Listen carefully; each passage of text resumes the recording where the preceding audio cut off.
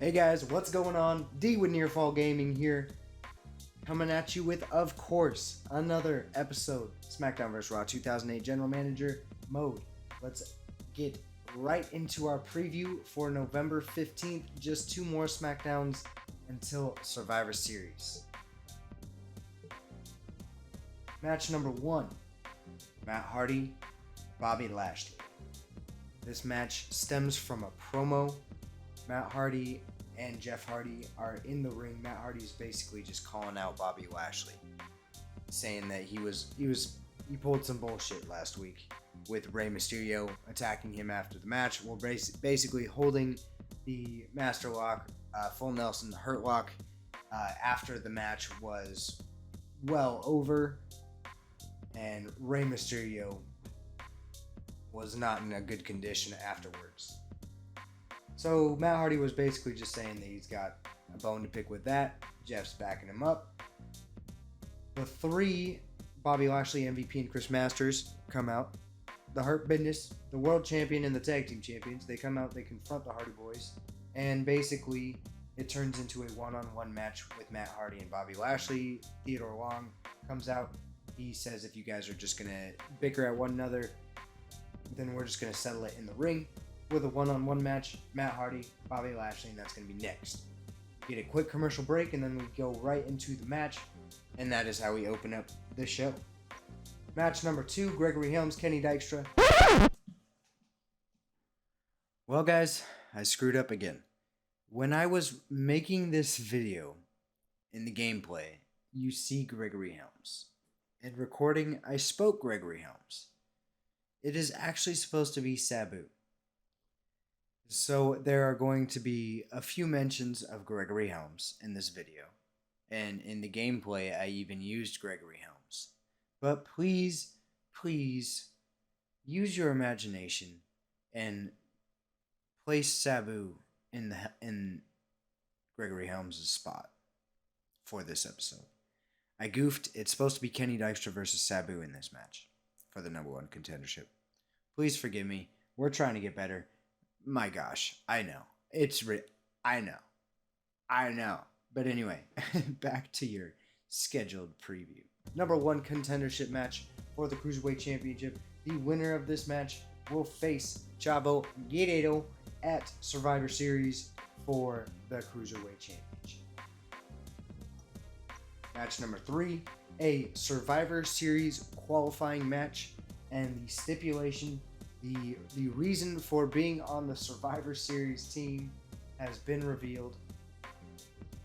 Theodore Long states that should SmackDown win the traditional elimination tag team match at Survivor Series against Team Raw, the 3 competitors, because that's the most we can fit on a tag team, unfortunately, the 3 competitors that are a part of that winning team, they will all compete against one another, and that will crown the number 1 contender of the World Heavyweight Championship.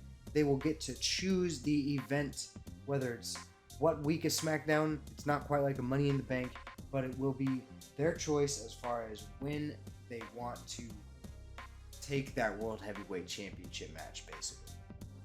They've got between Survivor Series, obviously, and No Way Out to make that decision. We will still they will not be able to cash that in for the WrestleMania main event. No, sir. However, they will have the choice of when they elect to take that championship match. Moving on, or I will say we've got an Edge promo segment after that match, and then we've got a main event for our 4-match card. Rey Mysterio, Chris Masters, one-on-one with no interference from MVP or Bobby Lashley is allowed, or else Chris Masters will be suspended indefinitely. So, Rey Mysterio, he gets a clean shot at Chris Masters, one of the gentlemen who has just been a part of making his life hell. This match was made in request of Rey Mysterio, who is banged up, bruised up, didn't beat Bobby Lashley last week. He doesn't get any more world title matches, but he is not done with these guys. When Rey Mysterio gets this match made, when he's talking to Teddy Long states, Rey Mysterio says that he needs another shot at Bobby Lashley, whether it's for the title or not. He doesn't care. He understands that the three of them, he thinks that this is a plot against Rey Mysterio at this point. Rey Mysterio is just, he's almost trying to, I don't want to say cover his tracks, but he is just hot as far as the allegations that have been put up against him. Theodore Long says that if you can find some partners, then you will be able to face Bobby Lashley and the Hurt Business in a Survivor Series tag team match within the Smackdown brand. So, Rey Mysterio's faced with that information. He's got a match with Chris Masters. That's our main event. We've got a whole lot of heated rivalries and tense feelings and flared egos. And we are just on a collision course to Survivor Series. So this week will help figure some of that out, I suppose, for lack of a better word. So let's get right in to the matches. Match number 1, we're going to simulate Matt Hardy, Bobby Lashley.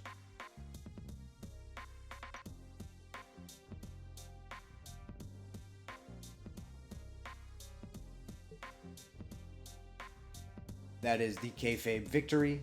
Bobby Lashley unveils his Hurt Lock once again. If you missed last week, Bobby Lashley is now using the Master Lock, Full Nelson, as one of his finishers. He's still got the Dominator. Don't you worry. But he has added that into his arsenal. Fits with the whole Hurt Business thing. He's teaming with Chris Masters. It just fits, alright? And Matt Hardy puts up a good fight, but Bobby Lashley is the champ. Jeff Hardy, his presence is neutralized basically by MVP and Chris Masters. And Bobby Lashley does what he did to Rey Mysterio to Matt Hardy, but at a much worse level. Jeff is kind of just forced to watch Bobby Lashley just annihilate Matt Hardy after the match. He holds him in that Full Nelson for a really long time. Then he throws him down, and then Jeff's like pissed off and everything, and then he's like, watch this. And then he picks him up, throws him into a Dominator, picks him up, throws him into another Dominator, and Matt Hardy is just beaten to all hell. And ultimately, he gets taken out on a stretcher. He's knocked out. Jeff Hardy is just freaking out as to what happened to his brother. And the Hurt Business walks away looking strong. Match number 2, Gregory Helms, Kenny Dykstra. We're going to simulate it because the victory really doesn't matter because this match ends in a double countout. And we do not get a definitive victor here. Gregory Helms, Kenny Dykstra, neither of them are victorious in this match. So that leaves us to match number 3, Carlito and Marcus Corvon. That match is next. And boy, I am happy to have Carlito on the Smackdown roster. Let me tell you, it's been a bit of a slow build up to his usage here on the roster.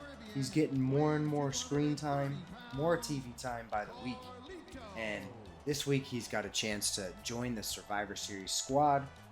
And if he does, he gets a victory over the United States champion, which probably would put him in rather good position for that as well. So a lot of things could happen here, and we're going to see just what happens in this match. But you know that in order for Carlito to have some success here, he's going to have to take down the United States champion, Marcus Corvon. That man, that bad man. And he's been on a roll ever since he won that United States championship, and a little bit before that, really I'd say since SummerSlam, since his singles victory over Elijah Burke and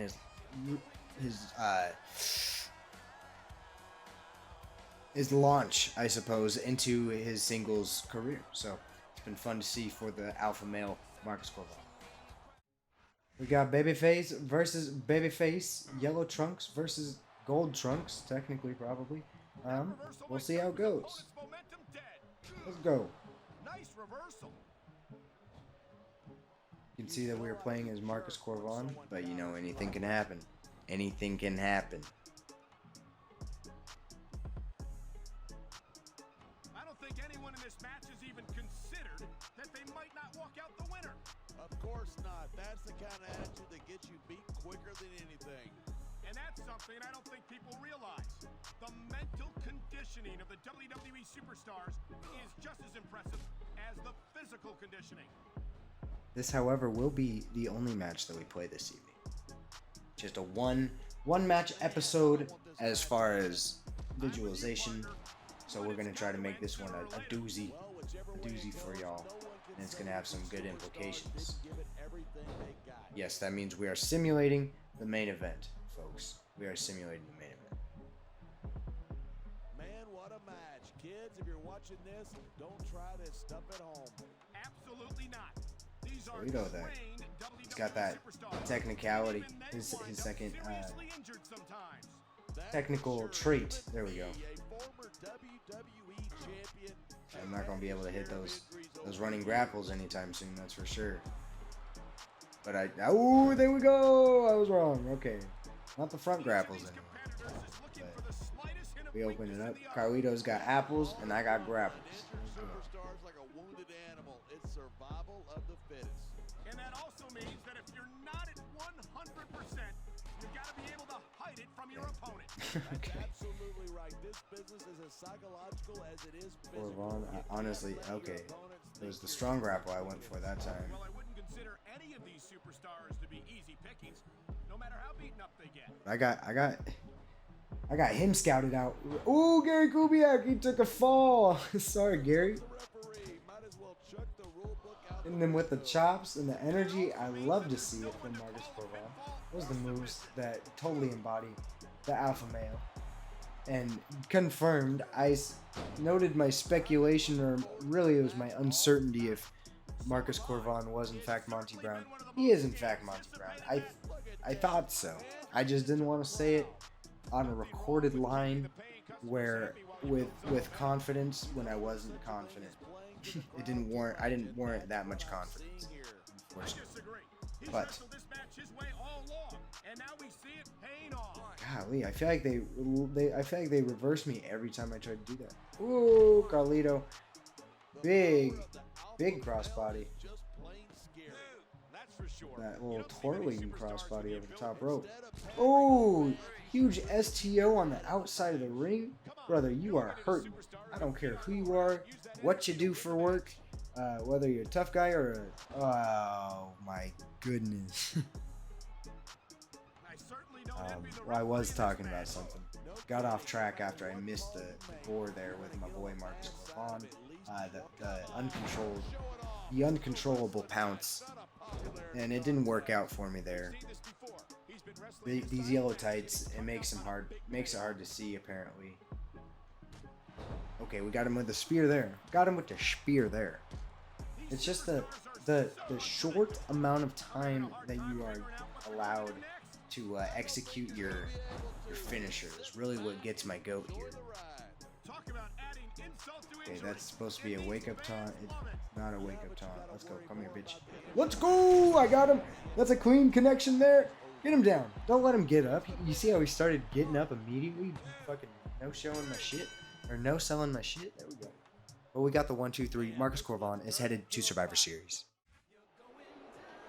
The United States champion is headed to Survivor Series. Looked good here tonight against Carlito. Carlito had a very nice matchup as well. However, the champ just looked that much better. He is that man, that dog for a reason. And you see here, we got another bullshit match in the gameplay between Edge and Kane to keep that rivalry brewing.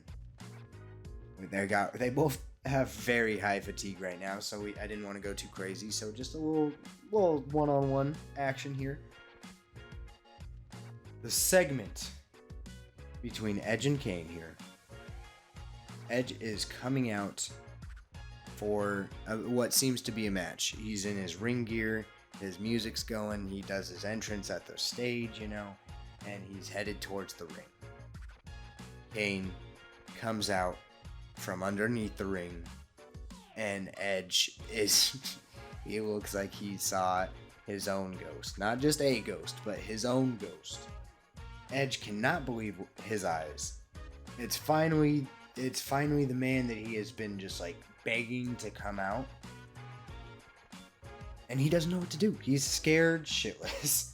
And Kane just comes straight for him, and he just hits him with that iconic just right-handed uppercut. Decks him. And fights him towards the entrance ramp, throws him into the stairs, the barricade. He looks like he's about to hit him into a choke slam onto the padding. He pulls the padding up so it's just the exposed concrete, sets him up for a choke slam there. Edge gets out of it, takes off up the stage, up the ramp, into the stage, into the back. Kane is just laughing maniacally and rather scary. It is a frightening sight for sure. And they were like, we don't even know who Edge was supposed to be facing. Like, it looked like he had a match. That person never comes out. We never find out who that is. But Kane is just laughing, and then he says he doesn't grab a mic. But the camera's on him, and you can just hear him kind of yell. He's like, "I'm going to take you to hell at Survivor Series," and that is how we fade into black. And then get ready for our main event, which is Rey Mysterio and Chris Masters. On the gameplay, it's a steel cage to signify that there will be no outside interference from any manager of any sort, any kind of, this is one-on-one, mano a mano. So we're going to see what happens here. Rey Mysterio gets the loss. Remember, it's not a steel cage match in kayfabe, it's just a one-on-one match. But Chris Masters decks Rey Mysterio with a chain that was given to him by MVP. So Chris Masters used some underhanded tactics. Rey Mysterio is not able to overcome them. He gets his shit cleaned pretty well. Chris Masters picked his loose, limp body up, and then gets him for the submission by being unable to compete or answer the 3 count from the ref. And Rey Mysterio, remember, he's banged up. He's not 100% anyway, so it's not like a full, Chris Masters defeats Rey Mysterio in a big marquee main event. It is a big main event. However, it's not a 100% Rey Mysterio. And that is the way that Smackdown ends, is the Hurt Business just looking like the strongest faction in the WWE. We got EX over on ECW. They're facing each other every single week, so I don't know what's going on with there. But we're going to move on. We got some weekly shenanigans to do. We got some weekly shows to check out. We did not check out, we got to check out the prior shows. We're going to check out Raw and ECW of our competing week before we hit up the website, WWE.com, and see how bad we got shafted with fan support. November 11th edition of Raw. Blank match number 1, blank match number 2. Okay, so these 3 matches must be some bangers. We're gonna have some 6-man tag matches. We're gonna have a 1-on-3 handicap, and then we're gonna have a big tag team title match. A 6-man tag match. John Cena, Ashley, Y2J. That is something that I could totally actually see happening, but not against Candice, Michelle. Wow, that really messed with me. Candice, Michelle McCool, and Big Show. That was weird. Okay, that's basically a 6-man tag and a 2-on-3 handicap match altogether.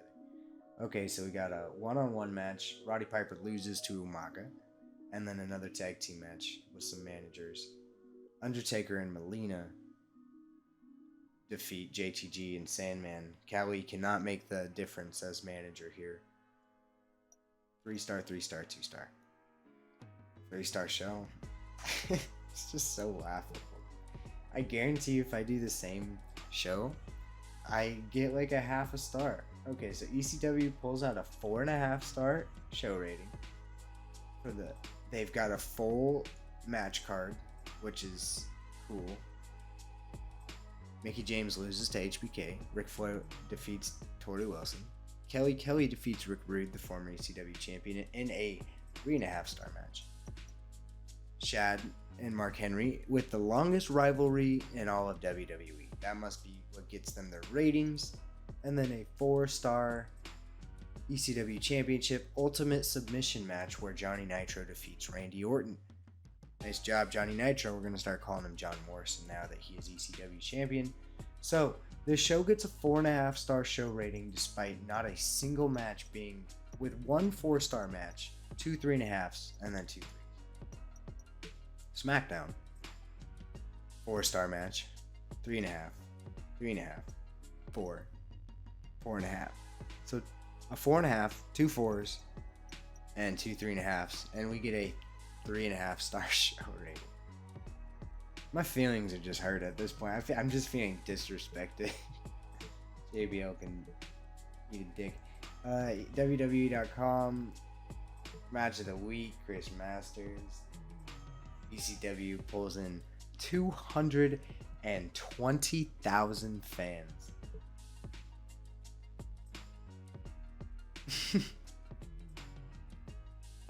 For just a normal episode of ECW. It was a big episode. It probably took like 2 hours because 5 matches. I think we moved up. I think we gained like 10,000 fans that week. Check out the Power 25. Bobby Lashley back at number 1. Chavo Guerrero no longer number 1 in the WWE rankings. Look at that. My goodness. Oh, I'm in the wrong. All these SmackDown guys. Okay, ECW's got some representation there at the lower part of the 25. Okay, so I've got more guys in the Power 25 than I have in the Power 15. Granted, you're like, okay, yeah, more slots, but it's Power 25 is split between 3 different shows, and Carlito is my number 15. And I've got Sabu here. So I've got my number 16 on here. And I'm still the lowest show. So the ratings can just fuck off for all I care. At this point, I got all the unlockables. I got the arenas. My feelings are just hurt and I feel disrespected. So this is our Power 25. Rey Mysterio has been falling a little bit. Kennedy, number 6. He is the first member of the Survivor Series tag team. And then we got King Booker. And then we just saw Marcus Corvon. So, a whole lot of movement. Let's check out our roster and our contracts. I don't have to sign anybody this week, which is nice because I don't have a whole lot of... Okay, I do have a whole lot of money. Let's see here. How many weeks do I have left in this series is the question. Okay, so I've got roughly 20 weeks left in this series. So anybody less than a 20-week contract, I need to... I will at some point need to sign them again. So the question is, who do I want to lock up for the rest of the time? While also making the most sense for their contract.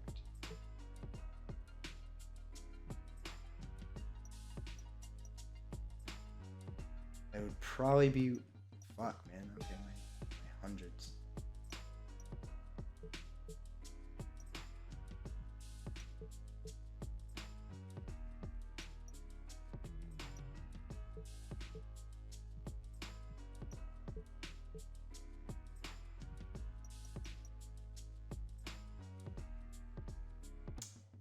Well, shit.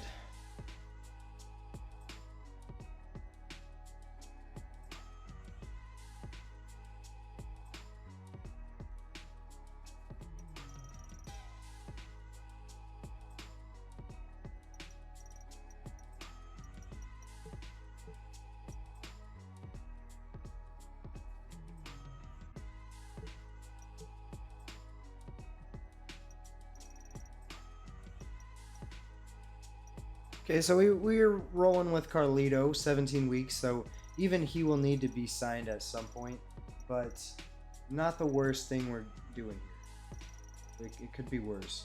Still got 2 weeks and 189 grand, so then we'll probably be sitting right around 800k, maybe 900 even, for the next week to sign those two ugly motherfuckers. So that pretty much does it. You know, we're gonna continue to leave you on the cliffhanger. We're not gonna show you this week. That's all next week. That's the next episode. Next week is the go home show to Survivor Series. One more episode until Survivor Series. So let's check out this roster and get you out of here. So thanks for watching. Leave some feedback, subscribe, comment, you know, all that good stuff. We'll be at you soon with another video. Take it easy. Later.